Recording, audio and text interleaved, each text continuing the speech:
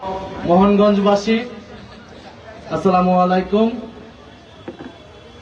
আমরা খুবই অভিভূত হয়েছি যে আপনারা এত মানুষ এখানে আমাদের জন্য অপেক্ষা করছেন, আমাদের কথা শোনার জন্য জড়ো হয়েছেন। এটা আমাদের প্রত্যাশার মধ্যে ছিল না। আমরা প্রোগ্রাম করছিল আমাদের কালিয়াজুড়িতে, এখন আমাদের প্রোগ্রাম নেত্রকোনা সদরে পৌরসভায়। তো আমরা সেই জায়গায় যাচ্ছিলাম, মাঝপথে এখানে মোহনগঞ্জের সংগঠকরা আমাদেরকে বললো যে এখানকার এলাকাবাসী আমাদের জন্য অপেক্ষা করছে কথা শোনার জন্য। ফলে আপনারা যতক্ষণ দাঁড়িয়ে আসছিলেন এটার জন্য আপনাদের কাছে শুকরিয়া। আপনারা জানেন জাতীয় নাগরিক পার্টি এনসিপি জুলাই গণ অভ্যুত্থানের নেতৃত্ব দেওয়া একটি দল। জুলাই গণ অভ্যুত্থানের মধ্য থেকে, তরুণদের মধ্য থেকে এই দল তৈরি হয়েছে এবং এবার জাতীয় সংসদে আমরা 6টি আসনে বিজয় লাভ করেছি এবং সারা বাংলাদেশে আমরা সংগঠন গড়ে তুলছি। আমরা আজকে নেত্রকোনার এই হাওড় এলাকার মানুষেরকে দুঃখ দুর্দশা দেখে এসেছি যে হাওড়ে 6 মাস পানি থাকে, 6 মাস থাকে না, এবং সেইখানকার মানুষের যোগাযোগ ব্যবস্থা যে অব্যবস্থাপনা, একটা মানুষ অসুস্থ হলে হাসপাতাল পর্যন্ত নিয়ে যেতে যেতেই তার মৃত্যু হওয়া সম্ভব, এবং অনেকে আমাদেরকে বলেছে এরকমটা হচ্ছে অহরহ। অন্যদিকে এই যারা কৃষক রয়েছে সেই কৃষকরা ধানের ন্যায্য মূল্যটা পাচ্ছে না। এখন মাছ ধরা নিষিদ্ধ 3 মাস 4 মাস ধরে, এই মাছ ধরা নিষিদ্ধ পদে তাদেরকে 30 কেজি চাল ধান দেওয়া হয়েছে এবং এটার নাম দিয়েছে তারা জেলে কার্ড। আপনারা পাইছেন জেলে কার্ড? তো এই জেলে কার্ডের মাধ্যমে কয়েক কেজি ধান দিয়ে তাদেরকে বসায় রাখছে। এখন তারা বলতেছে যে আমরা এই ধান দিয়ে কি করবো, এতটুকু দিয়ে আমাদের কয়দিন যাবে, আমরা তো চলতে ফিরতে পারতেছি না, এখন এই কার্ড দিয়ে আমরা কি করব। ফলে সরকারকে আমরা বলেছি এই বিভিন্ন কার্ডের খেলা না খেলে সত্যিকার অর্থে মানুষের কর্মসংস্থান নিশ্চিত করুন। যদি মানুষের কর্মসংস্থান নিশ্চিত না হয় উপজেলা পর্যায়ে, জেলা পর্যায়ে, বিশেষত তরুণদের, প্রত্যেকের ঘরেতে তরুণ রয়েছে, ছেলে অথবা মেয়ে রয়েছে, শিক্ষিত অথবা শিক্ষাহীন অবস্থায় আছে, তাদের যদি কর্মসংস্থান আমরা নিশ্চিত না করতে পারি তাহলে এই দেশের অর্থনীতির কোনো পরিবর্তন হবে না। আপনি কার্ড দিবেন, এইসব কার্ড দিয়ে সত্যিকার যারা দুঃখ দুর্দশাগ্রস্ত মানুষ তাদের কাছে পৌঁছাবে কিনা, নাকি ছাত্র দল, যুব দল বা বিভিন্ন আপনার দলের লোকদের কাছেই শুধু যাবে, এইটা আপনি কিভাবে নিশ্চিত করবেন? কারণ আমরা দেখেছি অতীতেও এই বিভিন্ন সরকারি সুযোগ সুবিধা, সোশ্যাল সেফটি যে সকল কর্মসূচি রয়েছে সামাজিক নিরাপত্তার, সেগুলা দলীয় লোকরাই পায়, গরিব মানুষ আর পায় না। ফলে সরকারের প্রতি আমাদের আহ্বান থাকবে এই যে সকল কার্ড দিচ্ছেন সেটা যাতে যথাযথভাবে যারা আসলেই দুঃখ দুর্দশাগ্রস্ত, যারা পাওয়ার দাবিদার তাদের কাছে যায়, সেইটা যাতে স্থানীয় প্রশাসন নিশ্চিত করে এবং দলীয়করণ যাতে না করা হয়। দ্বিতীয়ত, এই হাওড় অঞ্চলকে নিয়ে নেত্রকোনা, সুনামগঞ্জ থেকে শুরু করে নেত্রকোনা, কিশোরগঞ্জ, আমরা বলছি যে হাওড় অঞ্চলকে নিয়ে বিশেষ বরাদ্দ এবং বিশেষ পরিকল্পনা প্রয়োজন সরকারের, এবং আমরা সংসদে এই কথা উপস্থাপনা করব যে হাওড় অঞ্চলে, এটা বাংলাদেশের হাওড় হচ্ছে সম্পদ, আমরা যদি এখানে মৎস্য সম্পদ এবং পর্যটন শিল্প গড়ে তুলতে পারি পরিকল্পনা মাফিক, আমার মনে হয় নেত্রকোনা সহ এইখানে যে অর্থনীতি তৈরি হবে পুরো বাংলাদেশে সেটা কন্ট্রিবিউশন রাখবে, পুরো বাংলাদেশে সেটা ভূমিকা রাখবে। প্রয়োজন সঠিক পরিকল্পনা এবং দুর্নীতি এবং লুটপাটকে কমানো।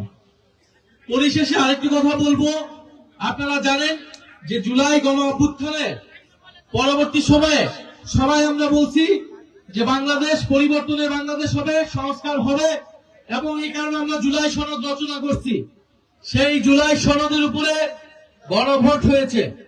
গণভোটে 70% মানুষ, পুরা সমগ্র বাংলাদেশ থেকে 70% মানুষ হায়ের পক্ষে ভোট দিয়েছে।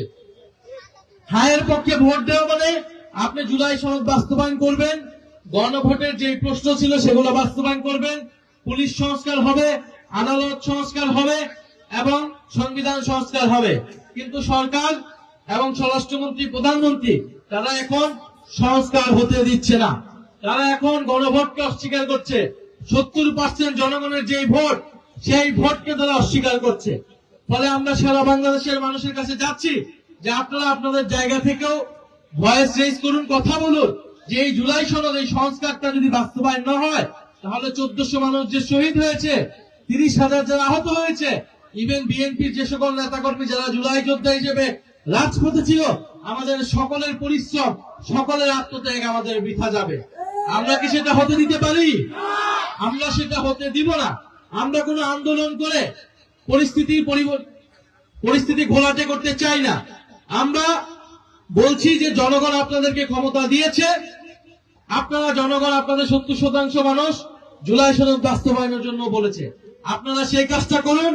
আমরা যৌক্তিকভাবে সরকারের বিরোধিতা করব, জাতির প্রয়োজনে সরকারকে আমরা সহযোগিতা করব।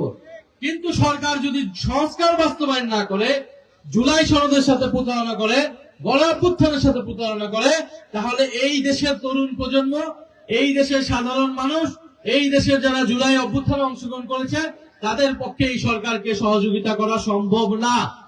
ফলে আপনাদের কাছে বলবো, আপনারা একজন ভালো মজলুম নেতাকে এমপি হিসেবে পেয়েছেন, লুৎফুজ্জামান বাবর ভাই। উনি যদি সত্যিকারে গণ অভ্যুত্থানের প্রতি তার কৃতজ্ঞতা বোধ থাকে, যেটা উনি বলেছেন, উনি সংস্কারের পক্ষে কথা বলবেন, এটা আমরা আশা করব ওনার কাছ থেকে।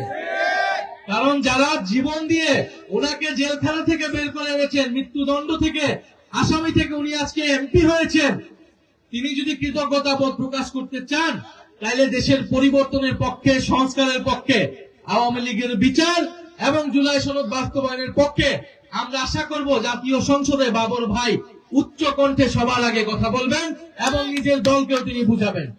তিনি যদি এটা করতে পারেন, আমরা তার পক্ষে গিয়ে দাঁড়াবো। আর তিনি যদি সংস্কারের পক্ষে কথা না বলতে পারেন, তাহলে এই কৃতজ্ঞতা বোধ দিয়ে বাংলাদেশের কোনো লাভ হবে না। তো প্রিয় মোহনগঞ্জবাসী, আমরা এখানে কথা বলবো না, আমরা আপনাদের প্রতি ধন্যবাদ জানাতে এসেছি। আপনারা এখানে উপস্থিত হয়েছেন, আমাদের কথা শুনছেন। আপনাদের প্রতি বলবো, এই দেশের লাখ লাখ তরুণ রাজপথে নেমেছে, জীবন দিয়েছে, রক্ত দিয়েছে এবং দিয়ে দেশকে স্বাধীন করেছে। কারণ আমরা এই দেশে কোনো বৈষম্য দেখতে চাই না, আমরা এই দেশে কোনো দুর্নীতি দেখতে চাই না, আমরা এই দেশে কোনো চাঁদাবাজ সন্ত্রাস দেখতে চাই না। এক দল যাবে, সেই দলের জায়গায় আরেক দল বসে লুটপাট করবে, সেটার জন্য বাংলাদেশের জনগণ এবারে নির্বাচনে ভোটও দেয় নাই, গণ অভ্যুত্থানেও রক্ত দেয় নাই।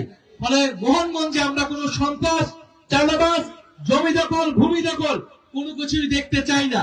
যদি কোন দলের নামে এই ধরনের ঘটনা ঘটে থাকে, জাতীয় নাগরিক পার্টি এনসিপি সবার আগে সেটা প্রতিরোধ করবে। আপনারা প্রতিরোধ করবেন, এই মোহনগঞ্জকে সন্ত্রাস মুক্ত, চাঁদাবাজ মুক্ত মোহনগঞ্জ হিসেবে আপনারা গড়ে তুলবেন। আমরা নেত্রকোনাকে একটা মডেল হিসেবে দেখতে চাই। নেত্রকোনার মানুষের শিক্ষা, স্বাস্থ্য, কর্মসংস্থানের অধিকার নিশ্চিত হবে, বিদ্যুতের অধিকার নিশ্চিত হবে। এটাই জাতীয় নাগরিক পার্টির আমাদের দায়িত্ব। আমরা ইনশাআল্লাহ সংসদে আমরা কথা বলবো আপনাদের জন্য, আপনারা আমাদের জন্য দোয়া রাখবেন। এই মোহনগঞ্জে যারা আজকের প্রোগ্রাম আয়োজন করেছেন, তাদেরকে ধন্যবাদ জানাচ্ছি। এখানে খানতলা ট্রাফি চিটাগাঙে আন্দোলন গড়ে তুলেছিল আপনাদের এলাকার সন্তান, এবং এখানে আমাদের উপজেলা আহ্বায়ক রয়েছেন। আপনারা তাদের নেতৃত্বে তাদেরকে সহযোগিতা করুন। তরুণরা ইনশাআল্লাহ আপনাদের অধিকারের পক্ষে কথা বলবে। ইনকিলাব জিন্দাবাদ। আসসালামু আলাইকুম।